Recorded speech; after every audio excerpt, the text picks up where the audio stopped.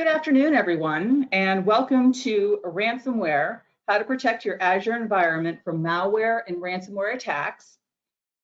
This is presented by Neovera, and today you will learn more about reducing the risk of getting infected with malware and ransomware in Azure and Microsoft 365. So now, this webinar is intended for organizations that are currently in Azure or are planning to move to Azure, but hopefully anyone who's attending will get some great information from the presentation today. We'll be talking about how ransomware attacks are becoming more prevalent and sophisticated, how Azure and Microsoft 365 provide many native tools, but architecting to the right solution does require expertise, how properly instrumenting your managed assets will provide the security monitoring capabilities necessary through XDR, and how Neovera can design the solution, provide migration, implementation services, as well as provide managed services 24/7 for your company. Next, please. So our presenters for today are Greg Shanton, the Vice President of Cybersecurity here at Neovera. Greg leads Neovera's cybersecurity professional and managed services for commercial and government clients, and he has more than 25 years of experience in the cybersecurity field. Our second presenter is Brandon Gorman.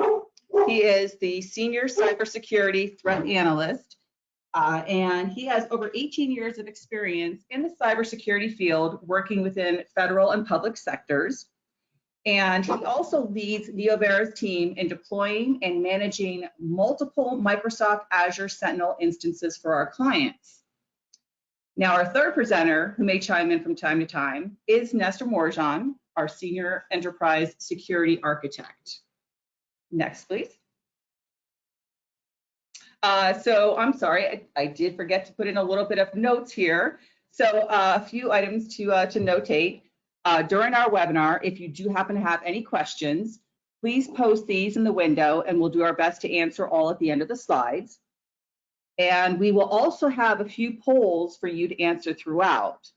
So with that in mind, let's start with our first poll question. What SIEM solution are you using in your organization? We have a few different choices there. So let's see what everyone's going to be coming up with right now. Curious to see how many are actually in Azure Sentinel.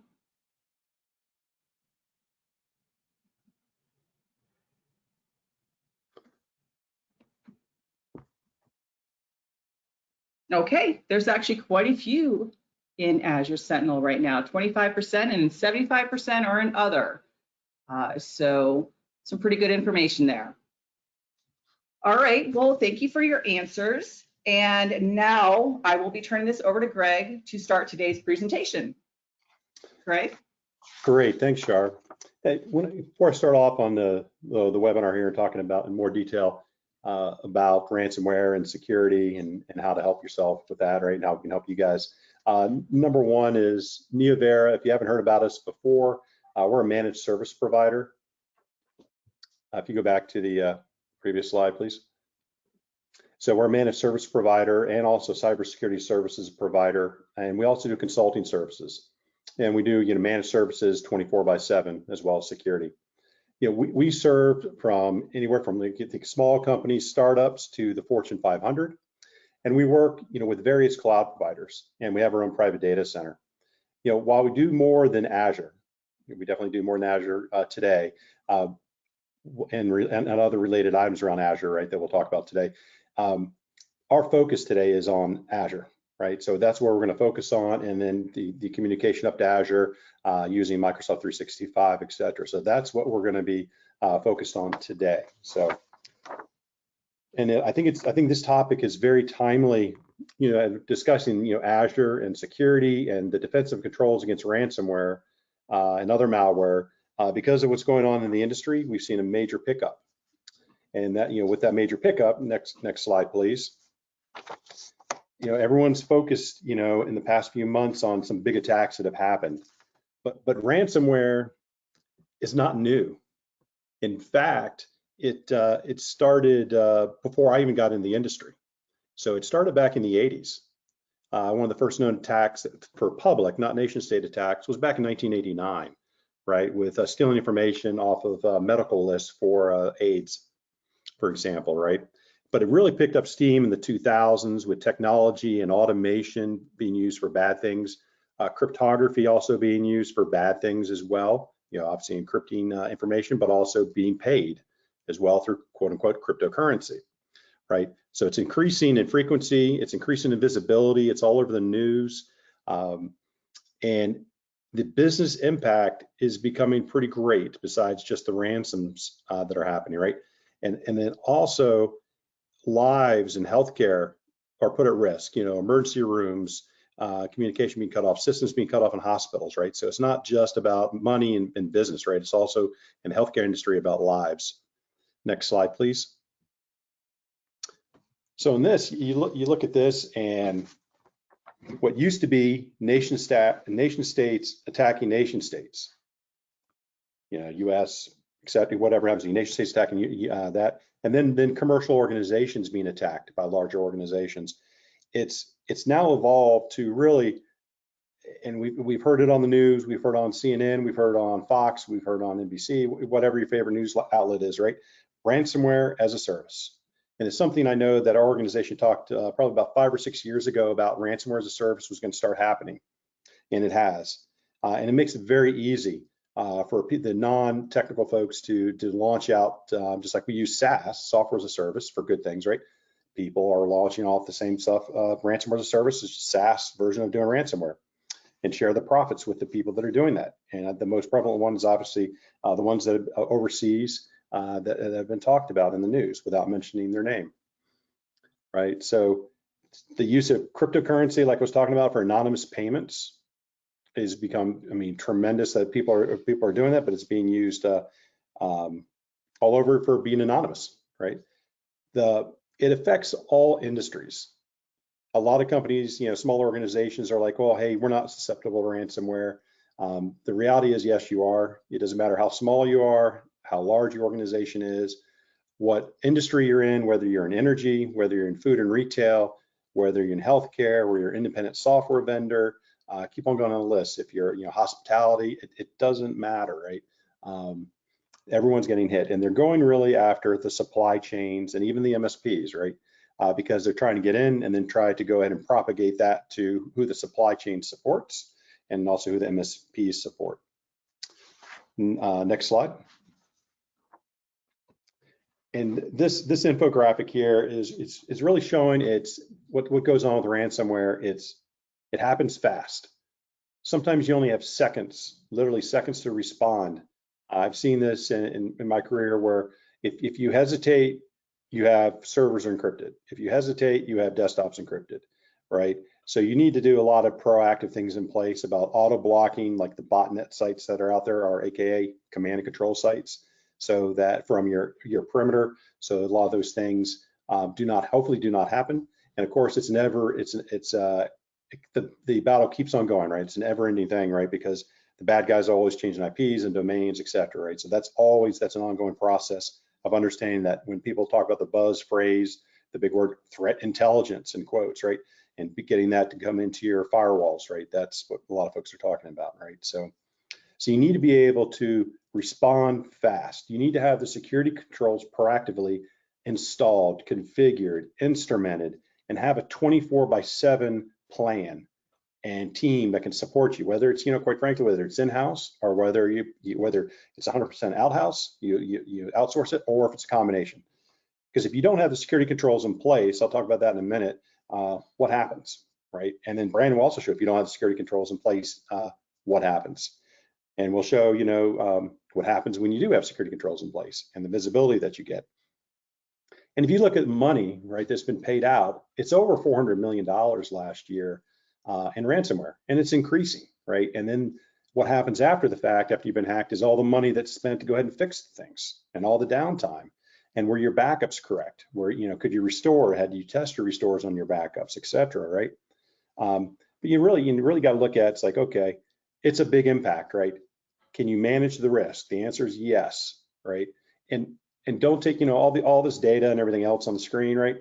It's coming from the Washington Post, internationally, Bloomberg and also Gartner, right? So the reference points are down below, so you can use those. You can go look at those yourself and see the data points if you need that for your own organization to communicate to your superiors, to talk about and help make the business case.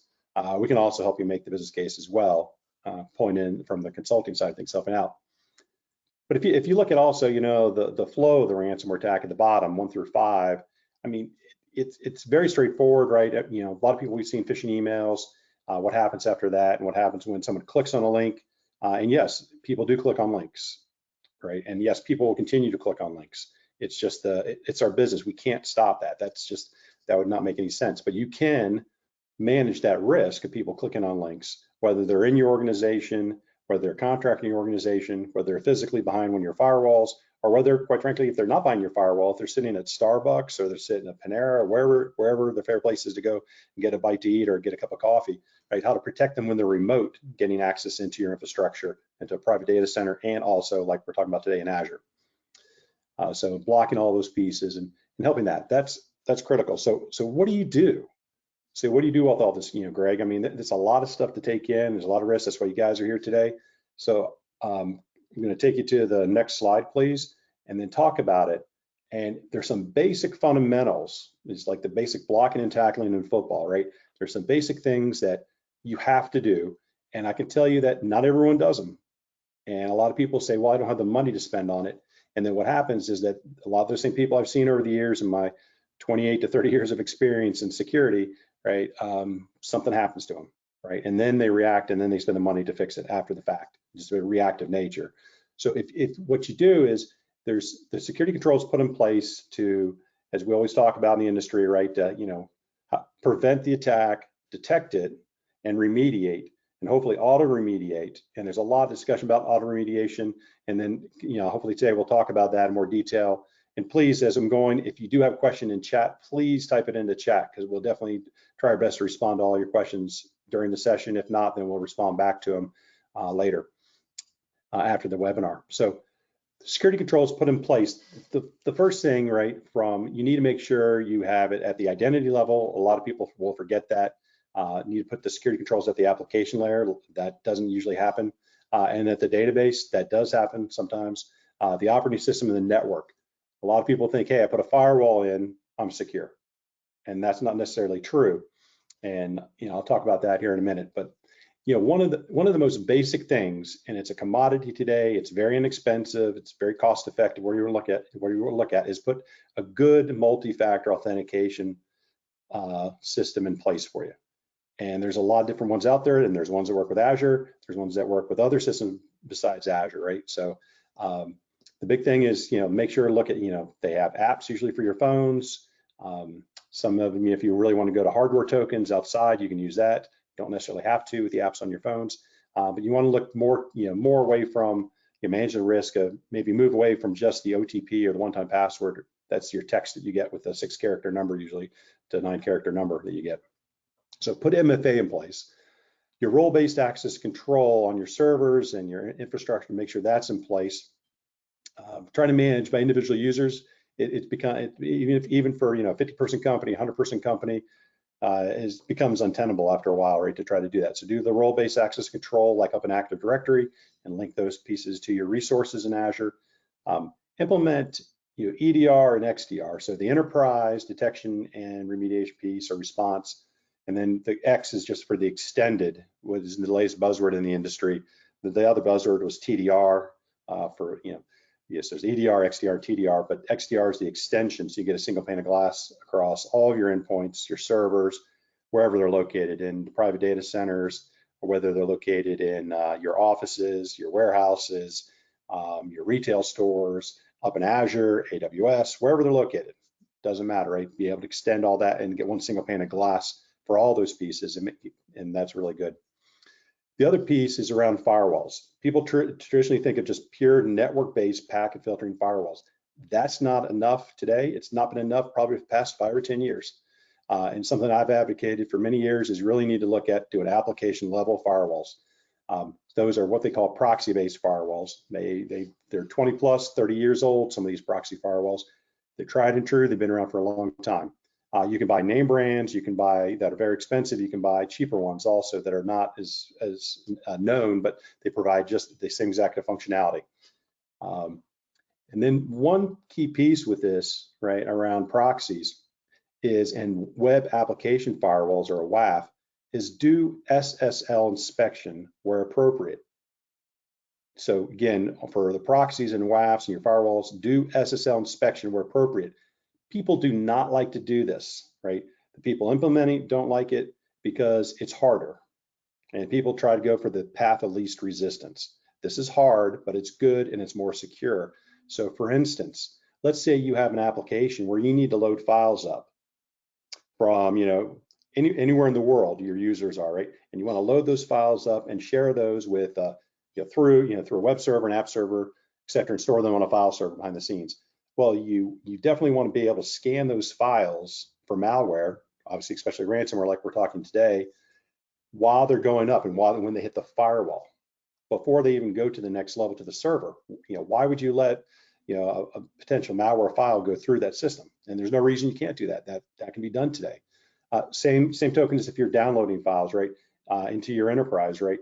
You'd want your firewalls to scan what your end users are doing. If your end users are clicking on emails, or they're going to websites, clicking on downloads, there's no reason you cannot decrypt and scan those files or those websites, any content that's coming down, for malware, whether it's signature-based, whether it's behavior-based.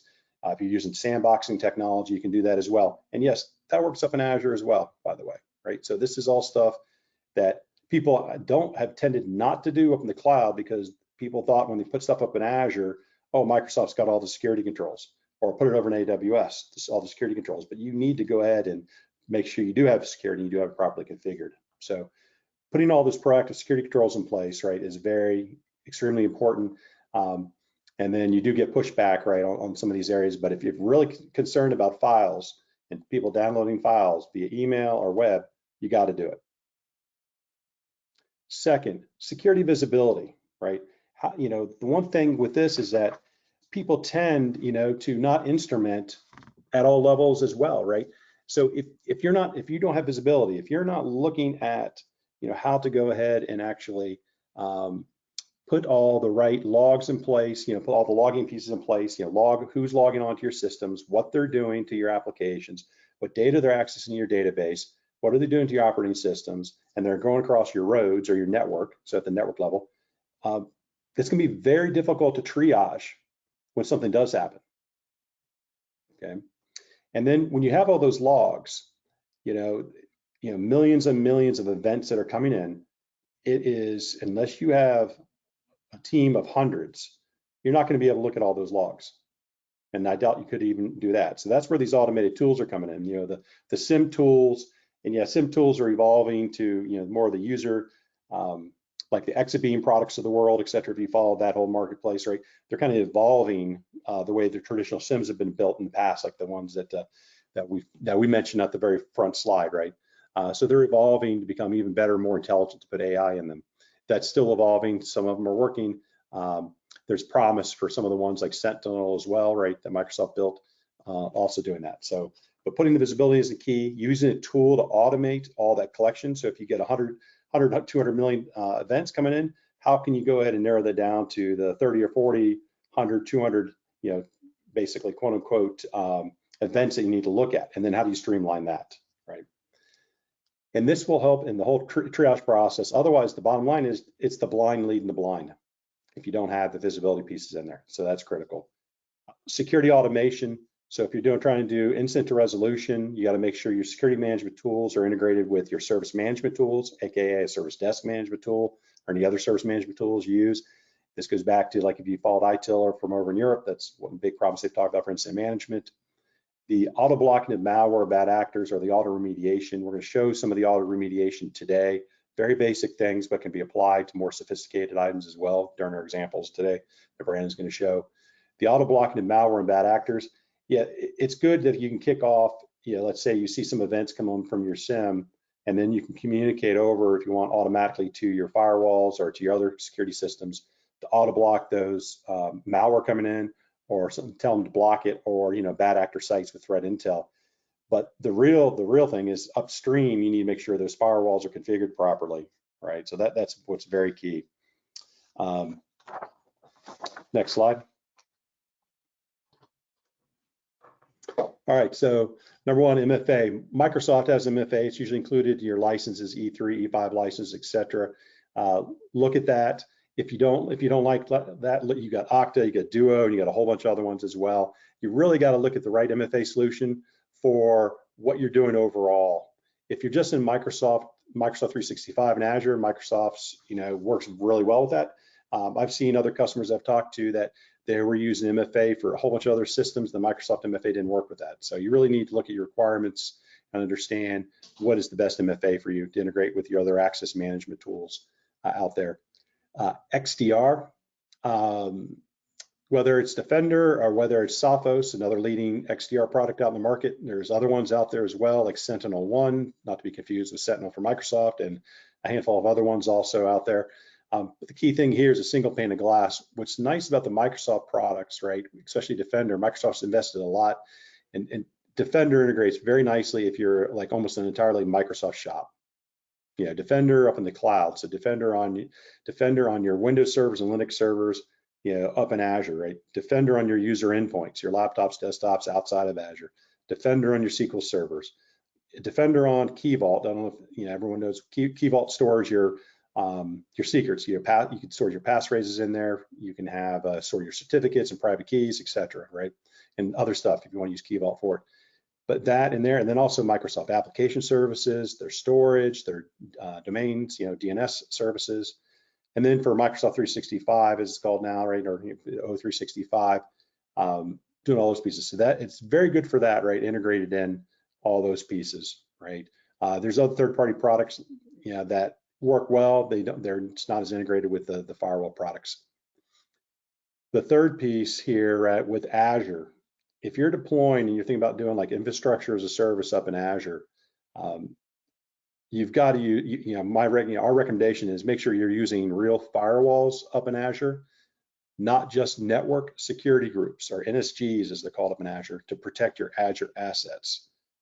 Okay, firewalls are much more robust than just basically an access control list with a packet filter on it, which NSGs basically are. If you're really looking at NSGs and look at it, yeah, you can do some basic things with them and they work. NSGs do, you have to use them. But you also want to use the different various firewalls that are available to use up in Azure. Microsoft has them, so does Palo Alto, so does Cisco, so does Checkpoint, you name it, and then a whole bunch of other products also on the market.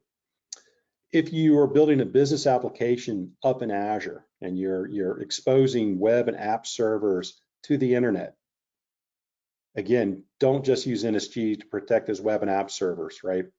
Use proxy or web application firewalls, or WAFs, as people call it, to protect those web and app servers. So, for instance, outside of Azure, people use products like WAFs like Imperva, right? They'll use that as a WAF to protect the web and app servers. They'll use F5 to protect the web and app servers. Why wouldn't you do the same thing up in Azure? So again, our recommendations up there, if you're looking to put your back office, which a lot of people are, to put their servers, maybe not in a private data center, but put it up in Azure, protect it with that. Now, if you're not just using infrastructure as a service and you're going to be using platform as a service or software as a service, then you have different requirements there at that point, right? The more you move up the chain, the more you're relying on Microsoft for their security, and you have less control. Doesn't make it bad or worse, it's just a different model. And use the security monitoring for visibility. So in Microsoft, if you're in Azure and you're almost entirely in Azure, and all your Azure resources and your users Microsoft 365 and use the Microsoft MFA and SharePoint and OneDrive, etc. Yes, Sentinel is a very good tool for doing that. You still, it's basic, right? You still have to do a lot of configuration with it. You still have to build out, what we'll show a couple screenshots from Workbooks that we built out, some Workbooks to show more of the digital forensics, to go ahead and track things down very quickly. But it's very good for all that. It's not meant, really today, they're evolving it, right? It's harder to get it to use outside of Azure for different things, but the Sentinel piece looks pretty good. And we're gonna show some screenshots from that today with these things. Playbooks and logic apps for the automation. You can do a lot of automation up in Azure. Again, automation can be good or bad. You gotta make sure you get the right process down first. And then vulnerability scanning. right? So vulnerability scanning up there with using Security Center and using tools like Qualys that understand the Azure environment is a very good thing. And there's other products out there, and there's other companies out there that do vulnerability scanning, not just Azure, but other other products as well, right? Other platforms as well. You just got to make sure you look at the right thing there. So, and the one thing with this, right? Again, in looking at visibility, and let me compare this something very quickly here, is that if you don't have security visibility on, if you don't have security monitoring, if you're not getting all the logs because you say it's too expensive, right? I would say let's look at a healthcare example. Pretend you're a doctor and a patient comes in and they're complaining they have a problem, and they have an internal problem, so it's not visible. It's inside, their stomach or something like that, right? But you have no lab work you can do. No lab work you can do. No X-rays you can do. No MRIs. No CAT scans. Pretty hard to diagnose and treat, right? If you got an old-time doctor, yeah, with a lot of experience, they're going to kind of guide you the right directions. But then they usually want to use those diagnostic tools to help instrument that person, right? So think of it, like the security monitoring for visibility, and also being able to give you security intelligence as well off that data, right? Is having a continuous MRI or CAT scan running on your environment and your extended environment 24 hours a day. We're no longer in the medieval times, right? We live in a world where we have all this technology to use, so why don't we use it and use it appropriately? Next slide, please. Okay, so patch management. Yeah, there's a lot of automation tools out there to do patch management. The key thing here is obviously in the past couple of weeks there was a company that was hacked, as we've all seen across the world, right? Then that was used to go ahead and distribute ransomware, right? You've got to make sure, patch management is very important. You need to do it. Automation is good. You just need to protect those servers very well, right? So you got to make sure you have them hardened correctly, make sure you have them protected on the network, make sure you have visibility on that server to understand what's going on with that server. So if it got compromised, you would know about it. If you don't have all that in place, the visibility piece, is hard to see what's going on. Backups. So this is, we've been talking about backups for how many years now, right? Have backups in place, make sure they're tested and verified, and then off-site. So make sure, because if you back up and you're backing up encrypted hard drives, right, then you got encrypted hard drives. So you've got to have it removed, once removed on your backups, so you can actually fall back to the right level. Your incident to resolution, make sure you have a plan that's documented and a process that's documented for incident to resolution. The team there, right? Excuse me, the plan there. And have the team in place to help you 24/7, because you may be a 9 to 5 retail store or 9 to 9 retail store, but hackers are 24/7. They follow the sun, right? So have your team in place, whether it's internal, outsourced, or a combination. BCP, business continuity planning, and disaster recovery plan. Make sure you have that in place. And then what you want to do is run tabletop exercises. So trust but verify. And that's an old saying. I know, my team gets tired of me saying all the time, trust but verify. Even trust me but verify, right? Everything we're doing, trust but verify. Have a teammate look at, what's going on, right? Test your backup and restore processes. Test your security controls and systems, and use a third party to test it. You can have the same security company test it, test the security controls they implemented, but hire a third party to test that security company. It's like the casino. You have someone watching the casino table, someone watching the watcher, etc., right? Always be verifying those pieces. Next slide. So we're going to get into two typical attack scenarios right now. One is, this is almost like the old 80s thing with this is your brain on drugs. If you guys remember those commercials way back in the day. This is security in place and security not in place. So the security not in place, go ahead and go to the next slide, please.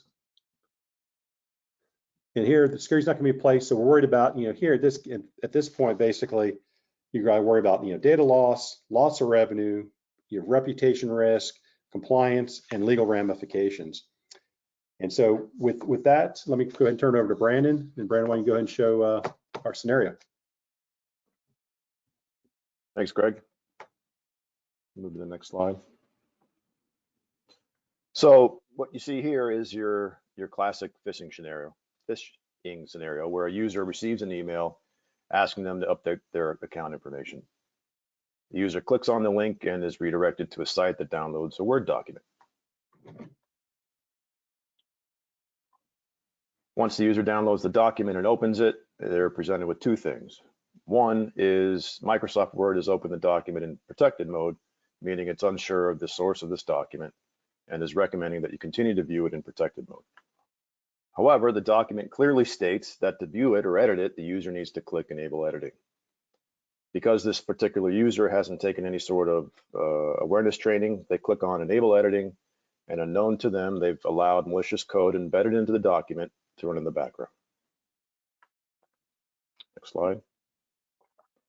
After a period of time, the malware reaches out to a malicious server or servers and executes malware to encrypt the user's drive.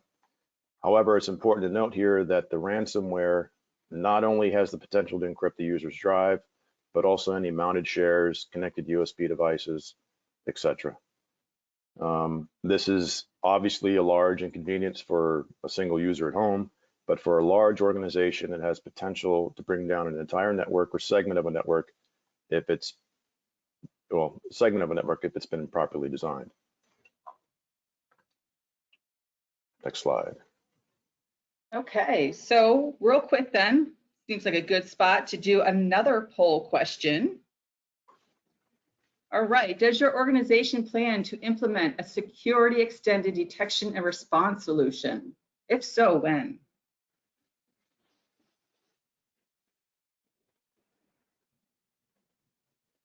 What do you think, Greg? Do you think quite a few people already have an XDR solution? I think so. I think a lot of people are kind of already, they're already planning it right now, or they already have it in place. And it's not just the enterprise detection and response, though, it's the extended one, right? Okay, so, all right. 50% already have, so that's a good portion. And the rest are within the next year. So that's good. I mean, that's real good. Awesome. All right. So with that, thanks, Rob, for the polling question there. So, just want to remind everyone on the phone, if you have any questions as we're going through this, anything at all around the Azure security components, ransomware, just drop it in the chat on the GoToMeeting right there on your screen. So now what we're going to show is we're going to show security in place. We've got multi-factor authentication going. We have XDR. We actually, in this case, we actually use Defender and Sophos in conjunction. We had them both, okay? Both leading providers out in the market. There's some other ones as well, but they're upper right-hand quadrant, right, of Gartner, as everyone talks about, right? So two good ones there. We got Defender for O365. We've got Cloud App Security running. We've got Azure Security Center. And we also have the SIM tool, the Security Incident Event Management tool, Azure Sentinel, which is getting the logs from all of that, okay? And again here, remember, just a friendly reminder again, when using firewalls, not just network security groups to protect your Azure assets. And with that, let me turn it over to Brandon to show what it looks like with security.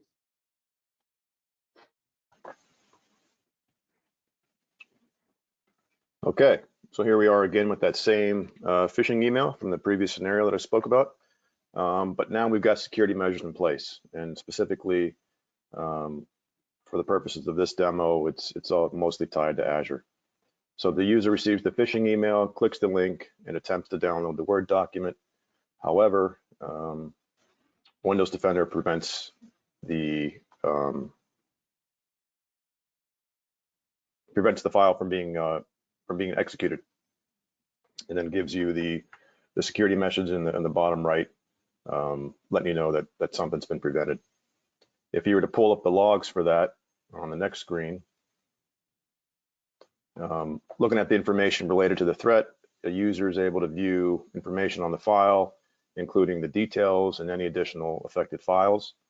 They're also able to take action on the threat if it's not already pre-configured to do so. The file can be removed, quarantined, or allowed if the user is absolutely sure that the file is legit and it's a false positive notification. In a fully managed environment, some of these settings and actions might not be available to a regular user, but chances are for someone at home, they are. So with all that said, it's important to highlight that instead of having this file opened, enabled for editing and infecting the system and organization, it's been blocked, and ransomware has effectively been prevented. However, if you're running a large organization and have a lot of hosts to manage, having overall visibility into this type of activity is extremely important. And that's where Azure Sentinel comes into play. Next screen. So as soon as Microsoft Defender blocked the malicious file on the previous screen, that event information is sent over to Sentinel in Azure Security Center, and an incident or alert is created. Within the Sentinel incident, which is what you see here on the screen, you have access to all the important entities that were involved with the incident. So starting in the top left, you've obviously got the name of the incident, a link to investigate in Azure Defender, which we'll show shortly, a description of the incident. You'll have all the entities that are involved with this particular incident. So in this case, this happened on a machine called Webinar, and then it will give the malicious file names and then information related to the virus or malware. And then again on the right, you'll see the same kind of information. And sometimes those entities you can click on to navigate further into Azure to look deeper if you needed to. And like you said, Brandon, it's Defender, right? You think of like detecting the malware, acting like a firewall, protecting the OS there that detected it and blocked it, and then reported back to Defender, and then the logs came into Sentinel, right? So it wasn't Sentinel blocking it, but it was actually Defender blocking it. Yep, correct. Next screen. Yeah, so if you click on investigate, then you'll get you'll see a high level overview of all the entities involved in the incident, and you're able to pivot off them with additional queries, which can be helpful when you're trying to identify if that entity has been involved with any other incident or log event. So we obviously can't do that with screenshots, but if you were to select one of these, click on it, Sentinel will present you with additional queries you could run to see if that particular entity has been involved or has been seen in any other log types, tables, events, stuff like that. Gotcha. So Brandon, if this had been like an email to the whole corporation, right? 100 people, 500 people, whatever, and there's a number of people that actually clicked on the link. Let's say there's 100 people, then that would actually show links to 100 other potential devices, right? That also clicked on this link and were either blocked or cleaned up, etc. Correct. Yeah, this particular graphic would be much uglier. There would be a lot of lines breaking off the name of the incident, and then probably some additional lines tied to that initial execution point. But yeah, this is a very simplified representation of all that, but it could be a lot more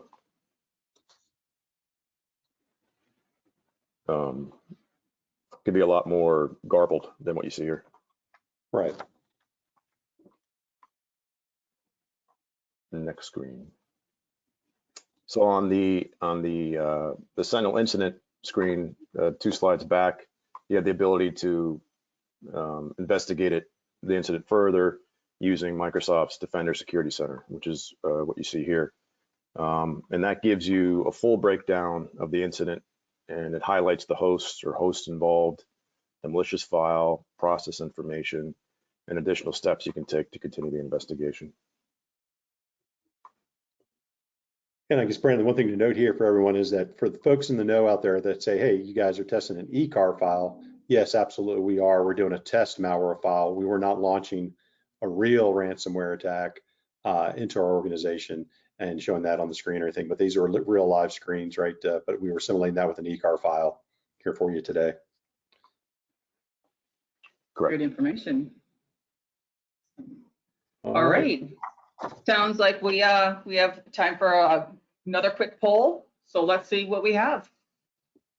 Does your organization plan to implement a SIM solution using Microsoft Sentinel or another SIM for Azure? If so, when? Just as a friendly reminder, we do have the chat window open and the question window open. So if you guys happen to have any questions, please go ahead and ask them. Yeah, this should be interesting too, Shar. I mean, it's Sentinel's fairly new in the past 2 years. We started working with Microsoft Sentinel's product management team out of Israel when it was an alpha. So it'd be interesting to see what they're looking at. Oh, So yeah, so but it's already have. I Right. wonder, the one thing here, I wonder if that's Sentinel that people already have 64% in another tool, right? In Sentinel or another tool. So yeah, no, that's good. yeah. So at least, Perfect. people are taking things seriously at this point, which is awesome, especially with everything going on nowadays. Absolutely. Perfect. So I guess now it's back to you, Greg, then. All right, great. Let's go to the next slide. Okay, so now we want to take this to the next step, right? So we're going to take the two scenarios we just did one step further, right? So suppose our user in the two scenarios downloaded that file, but the endpoint security, did not detect and auto remediate it. That's one piece, right? So okay, so the person downloaded the ransomware file onto the machine, but it did not fix it. So let's say the it didn't have a signature, like the endpoint did not have a signature for it, or was not installed, wasn't working properly. That happens with software, right? But it didn't execute, right? And it may not have executed. The ransomware may not have executed because they're behind a firewall that's blocking the botnet sites, the command and control sites, the known threat intelligence bad actors out there in the world, right? So it blocked it temporarily while the person is behind the firewall. So great. So right behind the firewall, they're protected. But as soon as, because remember, their endpoint's not working. So as soon as they leave and go to Starbucks and they log on, they can be in trouble, right? But now that file, they think it's an invoice, right? That they need to share with their colleagues to get approved. So their process is, hey, they need to load that up to SharePoint, right? And SharePoint, the in 365, they're not using SharePoint on premise, they're using SharePoint up in Azure cloud, right? So what happens? So, well, if they have the right security controls in place, let me show you what would happen. So go ahead and go to the next slide. So in this case, the user that got that file on their local machine uploads that file, drags and drops into SharePoint, as you guys know can be done, or uploads it, right? However they do it, into a SharePoint folder. What happens is if you have all the Defender for 365, Cloud App Security, Azure Security Center, and then the monitoring piece with SIEM, Azure Sentinel, right? All those pieces configured properly, and all the SharePoint security controls in place. What happens is that file gets dropped into SharePoint. It gets scanned and immediately got picked up as a malware file. And that's what that red little shield with the white X shows. And then you can see to the right up there, it says, hey, Brandon, what were you doing loading this file up there, right? I mean, it's like he loaded it up, right? So it's tracked, ding, ding, ding, who did it, right? That's important for here in a minute what Brandon's gonna show you. He loaded it up and it was detected, right? And then to protect other people, right, and other files, right, they've shut down, so you can open it, you can't share it, and all the other commands you can do, you move it within SharePoint, et cetera, all the other things, all the automatic controls you can do in SharePoint, if you haven't done that, right, where you can pick up files, and move them all around to other places in the organization, you can do that too. So all that's disabled. But what happens now that a person just totally by mistake loaded up a file with malware, loaded up into SharePoint? What would happen at that point? Well, let's think about this for a second. So if it was that first scenario like Brandon showed, right, with no security, well, we already know, right? If they, don't move the slide, do not move the slide forward, but let's say that someone clicked on download, right? They would click on download, and then they would get, it would come down to the machine, and if everything was properly, if they didn't have the Defender on there and it wasn't behind a firewall, et cetera, like I just mentioned, then they're probably going to get encrypted locally, right? On their USB, their local hard drives in their computer, any external hard drives like USB drives that they have, any network shares they may have read and write access, write access to, excuse me, is going to get encrypted. Pretty high probability that's going to happen. The other scenario, if they push the download button, is that the endpoint security properly configured, the signatures, et cetera, everything's updated, and it should be detected, it should be stopped, and potentially automatically cleaned up, right? So whether you had software sitting there, a Defender sitting there, right? You drag and drop that file down there, you're going to see that boom, a warning thing that pops up, like we've all seen it on our desktops. That's easy, and then then it will potentially, a lot of times, will actually automatically clean it for you. So what did the security and what did the sysadmins see, right? What visibility did they have, and what security intelligence did they gain by that? This is a very simple but very important piece, because this is how a lot of people break in. They break in by users. Users are just trying to be good. They get the file, didn't show anything. They load up the SharePoint, and then it propagates. So let's see what the security administrators and the system administrators would have seen if everything's properly administered. Brandon, can you show us that? Sure. So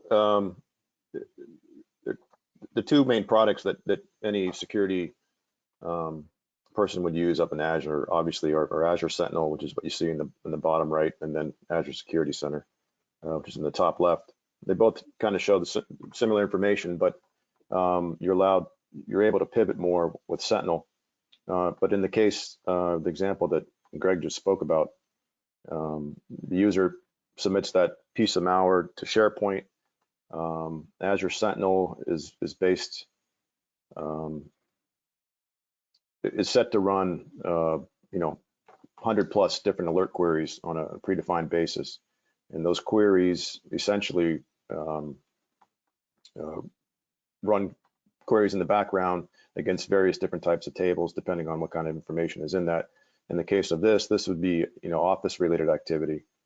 So this particular incident, the query runs, the incident fires because it saw that malware was a malware infected file was placed in SharePoint, and then creates this incident in Sentinel here. Next And a slide. good thing, it was stopped, right? It was stopped, but then like from a visibility standpoint, if let's say like you're, on the security administration side, if you're working with the Windows system administrators, and you guys can work together to triage this and to figure out, okay, wow, is this just an isolated event, like one person, or is it more? So what would you look at in that case? Yeah, obviously can't see it here with the screenshot, but you would start the investigation, and then you're going to get you're able to see the additional logs that were tied to this particular incident. You'll see the user, IP information, name of the file, anybody else that might have grabbed the file, so on and so forth, which I think we show in the next screen. Yeah, when you go to the custom workbooks that we expanded upon Microsoft's 365 stuff. Yeah.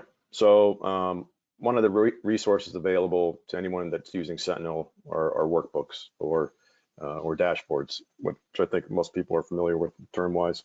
Microsoft's developed a large set of workbooks for various solutions and technologies, both in Azure and outside of Azure. But you're also able to create your own. And one workbook that Neovera has developed is related to all Office 365 activity, which gives you a breakdown of that same activity related to Outlook, /Exchange, SharePoint, Teams, Word, etc. But one of the nice features of this workbook is being able to search for files. And since in all the previous examples that we've shown, we know the name of the file, we're able to search for that file and see all the activity tied to it. So in the top left portion there, that's just a snippet from the workbook. But if I search for icar, I get the name of the file that shows up, icar_com.zip. I click on that, and then I'm able to see all the activity that's tied to that file. And from there, I can see that user 2 uploaded the file, user 1 and user 3 accessed the file. Then I get the name of the file, obviously, and then the date and time that happened and how often it happened. So from here, you can easily see which users were affected or potentially infected by accessing this file just from using something as efficient as a workbook. And that gives you the ability to faster triage and bring that incident to resolution. Yeah, a key piece here is kind of like you're just talking about, was like the whole tracing piece and triaging it, right? One person uploaded it. In this case, there's only 2 different users that access it and download it. But if you're in a large organization, it could have been 25, 50, 100, 1,000 people that downloaded that file. So then you got to understand potentially where that virus went to, the malware piece went to, so you can, obviously try to contain it as fast as possible. So yeah, that's really good. Thanks, Brandon. Anything else to add on this one, Brandon? Or No, that's pretty much it. all right, perfect. So let's go jump to the next slide. Okay, so this picture here, it's a good architecture picture that has been done at a high level. It's a visual depiction of all the security controls that we just discussed today, right? All the firewalls and network security groups, whether firewalls at all your locations on the left, firewalls protecting your back office resources, the network security groups that you need to use, but in conjunction with firewalls, Defender on user endpoints, on servers, on databases, on 365, multi-factor authentication when users log on, Security Center, Sentinel, all that stuff together. All the security controls exist for Microsoft, from the Microsoft land, to go ahead and do this, right? Plus also you can use third-party tools, just about of how you design it, deploy it, and configure it all to make it all work. That's where the trick is, to get all the stuff working. Next slide. And of course, that's what we do, right? I mean, that's one of the things we're talking about today is, we help out with doing all the design pieces. We do all the security monitoring pieces. Like, so for instance here, if you're going to do Sentinel design, right? This is how we built out the kind of our skill sets at Neovera, right? But these are the skill sets you would need if you wanted to do it on your own, right? You got to understand how to build the workbooks out. You got to understand how to do playbooks and logic apps for the automation pieces. The KQL, query development and custom log analysis, is critical for this. Threat intelligence and event correlation rule writing is ongoing all the time. It's never ending. It's just pure operations. It never ends, because you're always trying to streamline things. How to connect in all the data is obviously very critical, as we talked about. You got to instrument all over the place. The integration, right? As I talked about, building bi-directional communication, not just email integration with Service Desk, but actually API integration with Service Desk tools, like whether it be like a Jira Service Desk or ServiceNow or whatever your choice is, or even if you're using DevOps with a Microsoft, something like that, you've got to make sure, look at that so you track incident resolution. And then the piece I talked about earlier, where I said, hey, that Sentinel's really good for all the Microsoft items and up in Azure and anything Microsoft outside of Azure, all the different pieces, right? But we all don't live in a Microsoft world. We don't all have Microsoft, right? So there are other tools out there. So the integration with doing syslog and build up, Linux syslog servers to go ahead and get the logs from, let's say, I give just 3 examples here. 2 firewalls, that everyone's heard of, Palo Alto, right? The leading one out there for UTMs and large enterprises, right? And Cisco for network firewalls, and WatchGuard for mid-sized businesses. Sophos is another one, Fortinet's another one, right? That type of syslog integration. The other piece around security monitoring and event correlation, one thing that we focus on, and that's again the team's background and experience for many years, is number one, around getting all the monitoring for the identity access management. That's critical, because the perimeter is not just that. Everyone's talking about identity is the new perimeter. I think that was 10 years ago at this point. It still is, right? But monitoring the application, getting the application logs, the OS logs, and the network logs is something we do and is very critical. So we practice what we preach on that one. Next slide. Now I will say Defender for desktops, yeah, there's a commodity there, right? With Defender installing on laptops and desktops, it just needs to be done, right? That's straightforward. Everyone does it, right? You also need to make sure you're configuring Defender on Windows and Linux servers, in Azure, on-premise, and third-party data centers, something that we do. Also, if that's what you have, that's something you want to look at doing as well. And then the additional implementation services for getting Defender, XDR working on all the other type of products is something we do also. So next slide. So yeah, we do have service offerings right around Azure Security Monitoring and Defender, for, XDR, and we do support multiple products besides Defender, but Defender, Sophos, and others, right? But in this case, we're talking about Defender a lot with the Microsoft tools. We offer 24/7 managed cybersecurity services in addition to our normal managed services. And one of the key differentiators that we have, right, is that it's not just we're handing you like a body shop of here's an architect, here's an engineer, right? We want to come to and work with teams as an overall team, right? So we have architects, engineer, threat analysts, and project managers, all self-contained in one unit, one organization, right? So they can help design, deploy, analyze, and most importantly, like make sure we're meeting your goals and objectives, right? So make sure the project's running on time, et cetera, right? And within your budget. It's very, very critical to have good, strong project management. Next slide. So to engage, what we found works really well. It's pretty easy. Because I mean, this is a lot to take in. How do you start? Well, one thing I will back up and say, it depends on where you are in your security journey. So we can start either, very easily. We can start with a real quick, half-day workshop to talk to you about these things we talked about, consultative around that. We can start with a more exhaustive, 3-week assessment. It's usually what it takes in duration we've seen. Or, if you're ready, if you've already done, you already know what your requirements are, or maybe you're right at that point. If you need, if you just need us to go ahead and start doing, hey, we need help designing, deploying, implementing, we can help out with that. And we can also do the 24/7 security managed services as well. So it's really on the on-ramps are 1, 2, 3, depending on where you are in your security journey. So I hope you enjoyed today's session, and let me turn it back to Shar. Thank you, Greg. We do have one more poll question. So what topics around Azure security would you like to see next? We're always looking for great things to be able to present to everyone, and we just threw up a couple of the what we thought would be good discussions for the next webinar. So let us know your thoughts. Yeah, and the big thing here is that all these are big topics, right? And like today, we handle the topic, and we hit, like a little deep on a whole bunch of different topics. It's about where to drill in more and more details. Do you want to know more about Sentinel? Do you want to know about identity access management? Secure remote access. There you go. And then and firewalls and NSGs. There you go. That's great. That's perfect. So then we can have sessions. Thank you for the feedback, everyone on the phone, on the webcast, because that definitely helps us, right? So those 3 big topic areas. All right. Well, we are definitely coming up close to the hour, so unfortunately we won't have time for questions. But if there were any questions that were in the question in the chat, what we'll do is we'll go ahead and answer them directly to the sender. But once again, if there is any questions at all after we end this presentation for today, please, send an email to info@neovera.com. We'll be more than happy to set up a time to speak further about anything, even if it's just basic questions. We always want to get some more information and help you on your your cybersecurity journeys as well.